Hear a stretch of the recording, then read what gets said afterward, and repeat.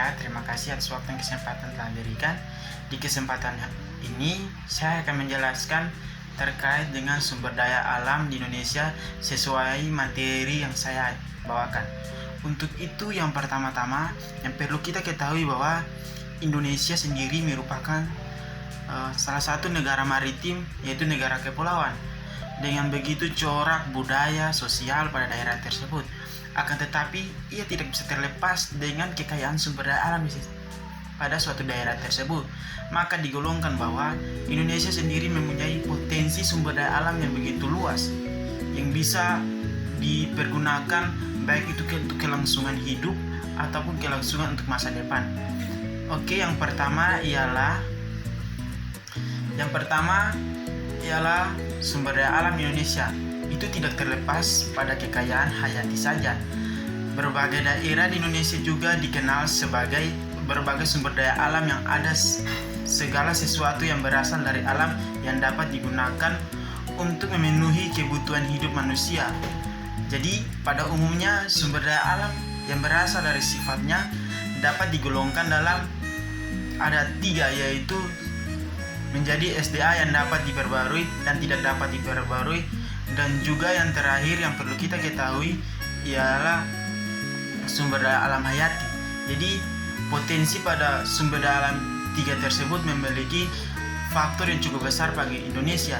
Jadi yang perlu kita ketahui bahwa kita masuk kepada poin yang pertama, yaitu sumber daya alam yang dapat diperbarui. Apa sih sumber daya yang dapat diperbarui? Oke, langsung saja. Yang perlu kita ketahui bahwa sumber daya alam yang dapat diperbarui itu dia sudah ada melekat dengan kehidupan yang kita sering lakukan. Maka di sini sumber daya alam yang dapat diperbarui ialah seperti hewan, seperti tumbuh-tumbuhan. Salah satu contohnya ialah padi, hewannya ialah seperti ikan, ayam. Kenapa dikatakan sebagai sumber daya yang dapat diperbarui?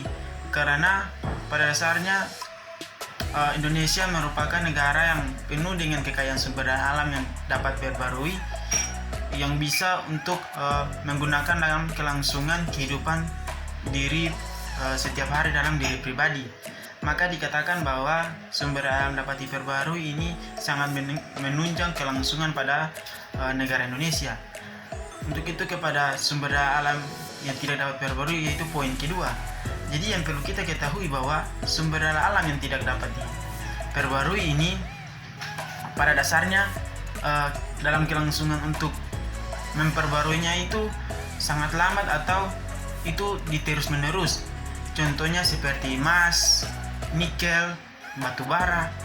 Itulah potensi sumber daya alam yang tidak dapat diperbarui. Kenapa dikatakan tidak dapat diperbarui? Karena untuk memperbaruinya itu butuh kelangsungan. Akan tetapi bagaimana untuk kita merawatnya? Di mana pada sumber daya alam ini, di mana kita harus menjaga pada sumber daya alam tersebut. Contohnya seperti emas. Bukan hanya kita selaku Indonesia saja ataupun kita selaku manusia untuk mengelolanya saja, akan tetapi kita harus memeliharanya supaya bisa berkelanjutan untuk kemudian hari. Yang ketiga ialah sumber daya alam hayati. Yang perlu kita ketahui bahwa sumber daya alam hayati ialah salah satu sumber daya alam yang sudah ada ketika dalam kehidupan yang kita lakukan, itu sudah melakukan sumber daya alam hayati. Yang pertama ialah matahari, yang kedua ialah angin, dan ketiga ialah air. Di mana dalam ketiga tersebut itu sudah merupakan salah satu sumber daya alam yang sudah ada dan kita sudah melakukan sumber daya alam tersebut. Maka dikatakan bahwa sumber daya alam tersebut sangat membantu dalam kelangsungan kita untuk hari lepas hari. Jadi bisa disimpulkan bahwa sumber daya alam hayati ini merupakan sumber daya alam untuk pemanfaatan dalam kelangsungan hidup kita dari hari lepas hari. Jadi bagaimana kita merawat sumber daya alam tersebut yang ada di Indonesia? Perlu kita ketahui bahwa Indonesia merupakan sumber daya alam yang cukup luas, akan tetapi menjadi salah satu faktor penghambat pada sumber daya alam tersebut, yaitu sumber daya alam manusia. Kenapa demikian? Indonesia sendiri mereka tidak bisa untuk mengelola sumber daya alam tersebut yang ada di daerah tersebut. Mereka selalu mengambil orang-orang dari luar untuk cara mengelola sumber daya alam tersebut. Itu menjadi salah satu faktor pada sumber daya alam manusia.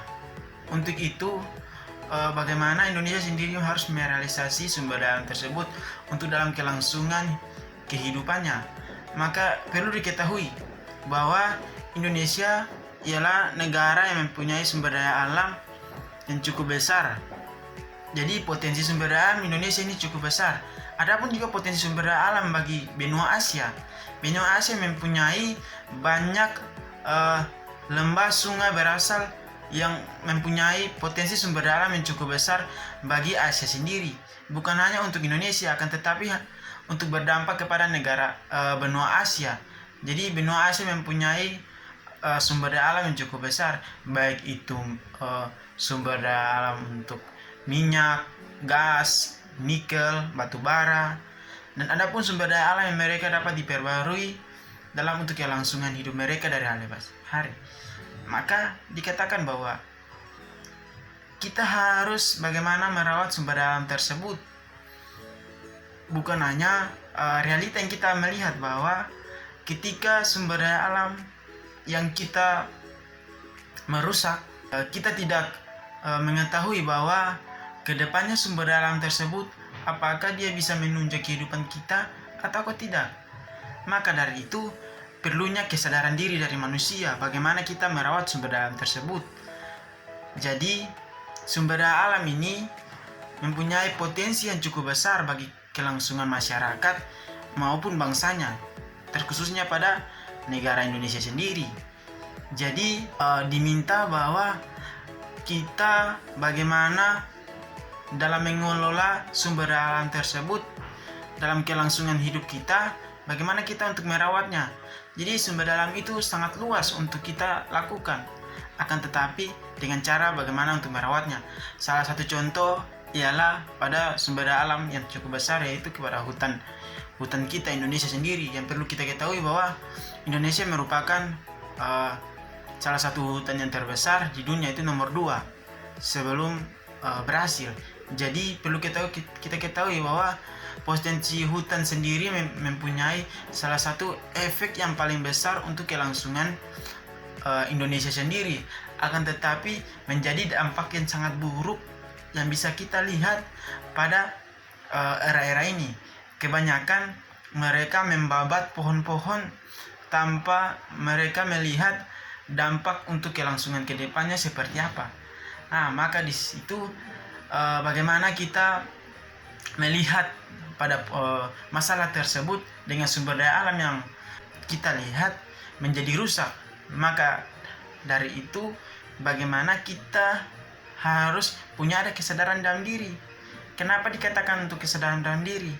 Bahwa kita selaku manusia, kita mempunyai salah satu sumber daya yang harus kita rawat, yaitu bukan hanya kita menjaga kehidupan kita sehari-hari, karena bisa dikatakan bahwa bagaimana kita menjaga sumber daya alam tersebut. Jadi pada dasarnya pohon tersebut mereka sudah memotong babat habis pada hutan tersebut, menjadi salah satu dampak faktor untuk bangsa Indonesia sendiri. Itu menjadi salah satu dampak yang kurang bagus. Kenapa dikatakan dampak kurang bagus? Karena menjadi hal yang tidak baik bagi negara Indonesia sendiri. Contohnya menjadi salah satu kasus banjir, longsor. Jadi itu menjadi salah satu dampak yang kurang bagus. Jadi bagaimana adanya reboisasi penanaman hutan kembali untuk bagaimana Indonesia tetap sehat. Indonesia mempunyai alam yang cukup luas dengan kegiatan-kegiatan mereka lakukan. Jadi yang perlu kita ketahui bahwa sendiri sumber daya alam ini mempunyai potensi yang cukup besar bagi kita. Maka alangkah baiknya bagaimana kita hidup dengan sumber daya alam yang kita punya. Kita hidup harus melekat dengan sumber daya alam tersebut. Bukan hanya kita untuk merealisasi, karena kan ataukah kita memakainya saja. Akan tetapi bagaimana kita harus melihat pada sumber daya alam tersebut untuk kita bisa meraup sumber daya alam tersebut. Jadi menjadi salah satu faktor yang perlu kita ketahui bahwa Indonesia harus bagaimana untuk menjaga sumber daya alam tersebut. Maka dari itu, bagaimana kita selaku manusia punya ada kesadaran untuk bagaimana merawat sumber daya alam yang ada di Indonesia. Maka dari kesimpulan materi ini kita lebih mengetahui dengan kekhasan pada suatu daerah dengan potensi sumber daya alam di suatu negara tersebut, maka disimpulkan bagaimana kita merawatnya dan bagaimana kita untuk menjaganya. Bukan seolah-olah kita memakainya, akan tetapi kita tidak menjaga atau merawatnya. Maka dari itu, bagaimana kita Indonesia punya adanya kesadaran diri untuk merawat sumber daya alam yang kita pergunakan dalam kelangsungan hidup kita. Jadi materi ini sampai di sini. Terima kasih.